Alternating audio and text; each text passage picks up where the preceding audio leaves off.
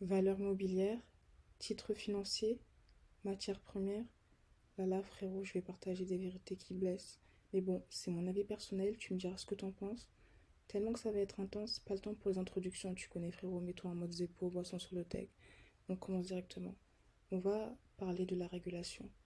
Actuellement, il y a deux écoles entre les États-Unis et l'Europe. On commence avec l'Amérique. Aux États-Unis, on peut voir qu'il y a un flou réglementaire sur la manière dont les crypto-actifs doivent être considérés et régulés. Et malheureusement, ce flou réglementaire porte préjudice à plusieurs entreprises crypto, mais également au rayonnement des États-Unis dans l'écosystème crypto de manière globale. Avant de te partager la bombe de Gary Gensler, on va reprendre quelques éléments de contexte avec des articles pour appuyer nos propos. Premièrement, on a vu que en mars 2023, la SEC, or the SEC, avait l'intention de porter plainte contre Coinbase sur certains actifs listés ou produits de staking qui seraient en violation des lois reliées aux titres financiers. Petite piqûre de rappel, si tu n'as pas suivi les dernières crypto news, Coinbase, depuis ses débuts, a tout fait pour agir en conformité avec justement les règlements en vigueur. Dès le début, ils étaient coopératifs avec la SEC pour justement s'éviter ce genre de problème. Deuxième article. Retiens bien Coinbase. Là, on passe à Kraken, on fait un petit détour. La SEC avait porté plainte contre Kraken, toujours pour un service de stacking. Kraken a dû payer une amende de 30 millions de dollars à la SEC et a dû arrêter son service de stacking aux US. Moi, quand je vois ça, je me dis c'est une grosse dinguerie. Donc déjà, ces entreprises évoluent dans un cadre réglementaire ambigu et flou. Malgré ça, la SEC, comme ça, elle peut porter plainte contre eux, se servir et leur prendre 30 millions de dollars. Pour moi, c'est scandaleux. Revenons maintenant sur Coinbase. Parce qu'avec ce flou juridique, que vont faire les entreprises? Elles vont pas rester, elles vont vouloir partir. Parce que là, les frérots, vous faites que de bégayer, vous bégayez, nous on fait tout pour agir en conformité avec les règles et ça porte plainte contre nous, vous êtes des oufs. C'est pour ça que Coinbase pense à lancer une plateforme à l'étranger et ça peut se comprendre. Mais là, il y a une bonne nouvelle qui nous vient de Coinbase et quand j'ai vu ça, je me suis dit les refs sont des terres, ils vont pas se laisser faire et c'est ça qu'on aime.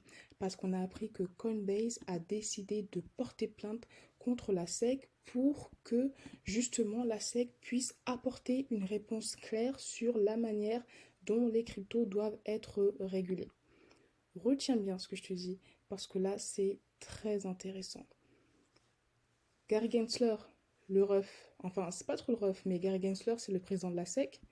Là, il y a un membre du Congrès qui a envie de lui dire allez dehors parce que regarde, je sais plus comment il s'appelle, mais en gros, un membre du Congrès a envie d'introduire une législation pour virer Gary Gensler.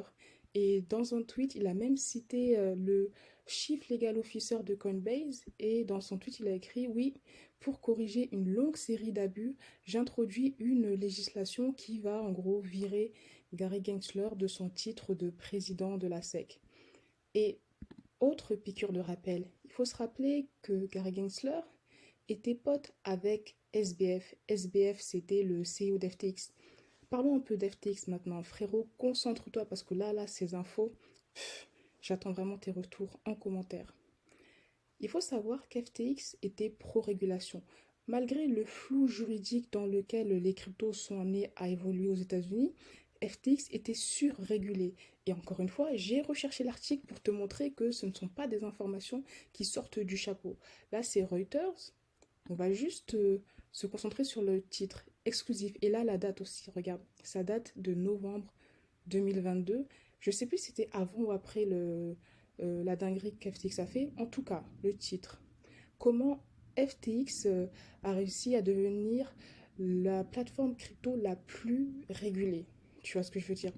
Au-delà de ça, le CEO d'FTX, lui-même, ouvertement, il disait oui, je pense qu'on a besoin d'un système réglementaire pour protéger les investisseurs. Je vais te partager maintenant mon avis sur la régulation. Selon moi, c'est du pur maquillage. Parce que un des arguments que les personnes mettent en avant pour soutenir le besoin de régulation, c'est la protection qu'elle va apporter aux consommateurs. Mais là, et encore une fois, frérot, je t'ai partagé les faits, on a un exemple clair, concret, où une plateforme centralisée, surrégulée, a volé l'argent de ses utilisateurs. Donc comment veux-tu qu'on puisse faire confiance aux régulations? En tout cas, c'est uniquement mon avis personnel. J'espère me tromper. Si tu as un avis qui diffère du mien, je t'attends en commentaire.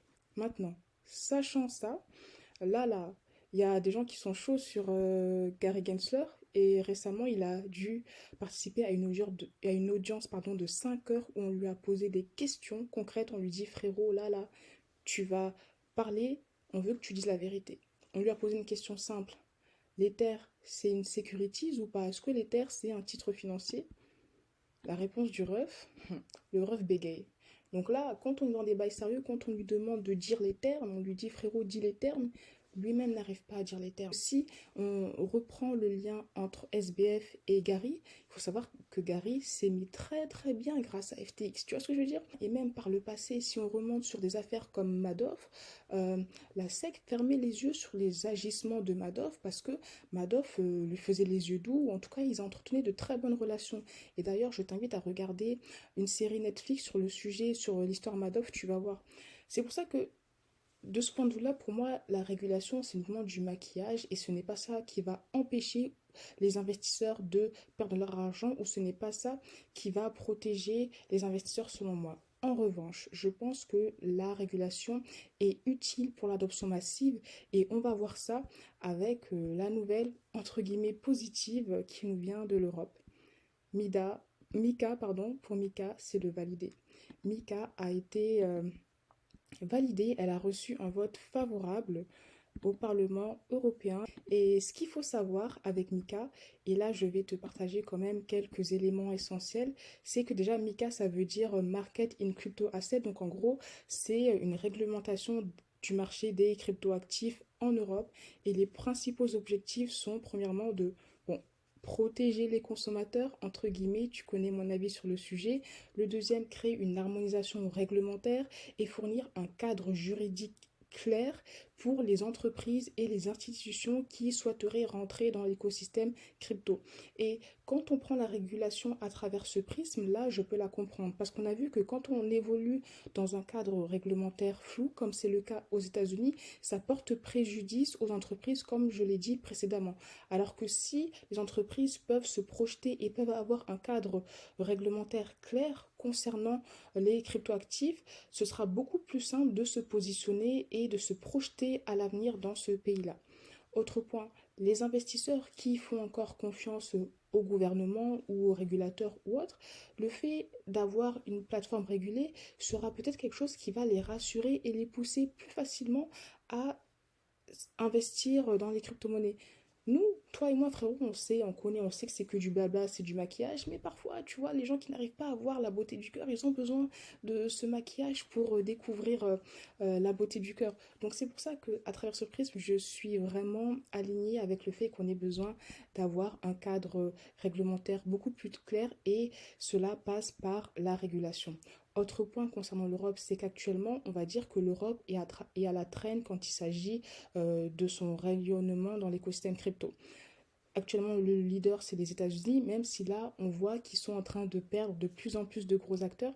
Et je pense qu'à travers Mika, il y a aussi une volonté de l'Europe de devenir acteur majeur du développement du Web3 et des crypto-monnaies en France. Et ça, en Europe, pardon, et ça, c'est positif. Après, je t'invite aussi très fortement à lire cette newsletter si tu veux en savoir un peu plus sur Mika, son contexte et surtout ses enjeux. Attends, il y avait un mème que je voulais te partager. Ouais, celui-là, je l'aime bien. Donc avant, la préoccupation de la France, c'était d'être le leader tech et maintenant, elle veut être le leader en termes de régulation parce qu'elle a vu que ça va lui permettre d'attirer plusieurs entreprises crypto. Et autre point qui est quand même intéressant à mettre en lumière, et c'est d'ailleurs à travers cette newsletter que j'ai vu, c'est que Mika a été fortement influencé par la MiFID. Donc MiFID, c'est Market in Financial Instrument Directive. En fait, c'est tout simplement la MiCA, mais version finance traditionnelle. C'est la MiFID, c'était un cadre réglementaire qui avait été introduit par l'UE pour améliorer le fonctionnement des marchés financiers. La première version, elle a vu le jour en 2007 et la dernière mise à jour qui était MiFID 2, elle est entrée en vigueur en 2018.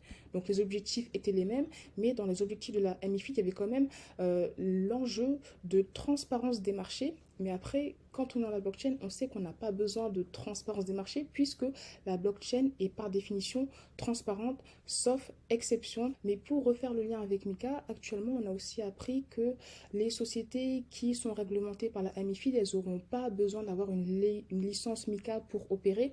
Mais si elles ne l'ont pas, elles devront avoir une licence CASP. Donc CASP, c'est Crypto Asset Service Provider. Donc en gros, CASP, ce sont les prestataires de services cryptoactifs. Et à travers cette licence, elles devront aussi se soumettre à quelques règles, dont par exemple maintenir un capital permanent de 150 000 dollars pour les plateformes de trading. Et là, j'ai envie de refaire le lien avec FTX. Encore une fois, FTX était surrégulé. On avait même appris que malgré le fait qu'il soit surrégulé et malgré le fait qu'il soit surveillé dans tous les sens, ils avaient réussi à créer une porte dérobée pour soutirer de l'argent de la plateforme sans que ça se sache. C'est pour ça que, encore une fois, je le répète, mais c'est du maquillage en fait, ce ne sont que des paroles. Par contre, il y a des réglementations qui sont bien, tu vois, l'intention est bonne. Je veux aussi te partager ce tableau qui est super intéressant et qui résume à travers un schéma les enjeux principaux de Mika. On voit aussi que Mika introduit des règles contre la manipulation de marché, le délit d'initié, mais encore une fois, il y a une différence entre la théorie et la pratique.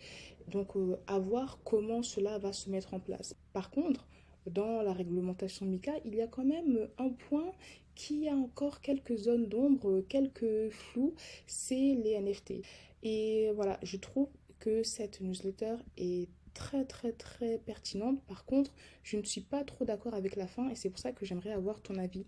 Parce qu'à la fin, attends, à la fin, qu'est-ce qu'il dit? En fait, à la fin, il fait référence à, à FTX. Et attends, il faut que je le retrouve, elle est tellement longue. Là, je t'ai partagé quelques points essentiels, je t'inviterai à la lire. C'est ici, voilà. Après le collapse d'FTX, il y a même les plus ardents crypto-maximalistes voient une pertinence dans la régulation.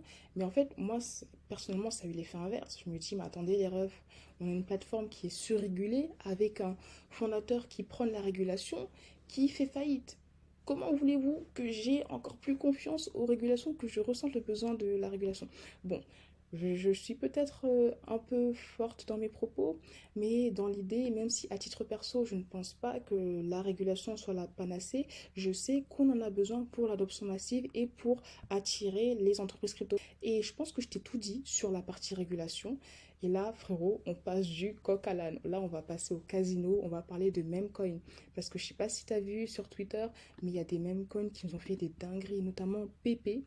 C'est un memecoin PP qui a fait... Attends, j'ai envie de te dire le chiffre exact. Donc voilà, il a fait 21 000% en 3 jours. C'est une grosse dinguerie. Alors, je te partage ça à titre informatif, mais tu sais que à titre perso, je reste très éloignée de ces mêmes coins. L'autre dinguerie, un mec, il a réussi à transformer 250 dollars en 1 million de dollars en 4 jours. Et encore une fois, pourquoi je reste éloignée de ce genre de choses? Parce que selon moi, sur une personne qui réalise un exploit, il y en a des centaines, des milliers, si ce n'est plus, qui perdent tout leur argent en vouloir miser sur le prochain CHIT coin qui va faire un fois 1000. Et parfois, mieux vaut avoir la sûreté, être apaisé dans son esprit et dormir de manière saine en sachant qu'on investit dans un projet sur lequel on croit que d'être tout le temps stressé quand on investit sur un même coin. On ne sait pas si demain il va faire un fois 1000 ou un divisé par 100.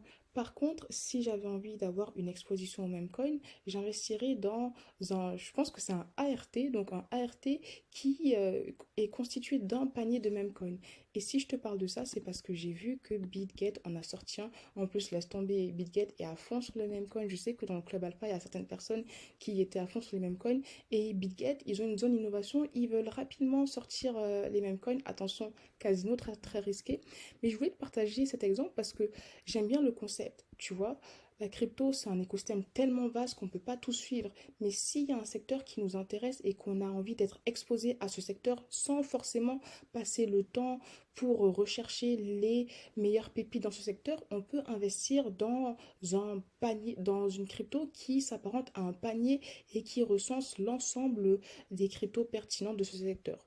Et si on prend l'exemple du produit Bit de Bitget, même ETF, en fait, eux, là, ils ont le détail. Actuellement, en tout cas à l'heure où l'article a été partagé, le panier est à cette composition-là. Et en fonction du marché, ils ajustent le panier en question. Et c'est bien parce qu'en fait, c'est comme si tu avais quelqu'un qui travaillait pour toi H24 et en fonction des tendances et des données de la blockchain, tu vois, il ajuste peut-être qu'il va vendre plus de Shiba pour acheter du PP ou peut-être qu'il va en acheter un autre. Donc voilà. Et là, on est un peu en train de faire une introduction vers la guerre des sexes. Donc je vais te partager plusieurs nouvelles reliées à d'autres sexes.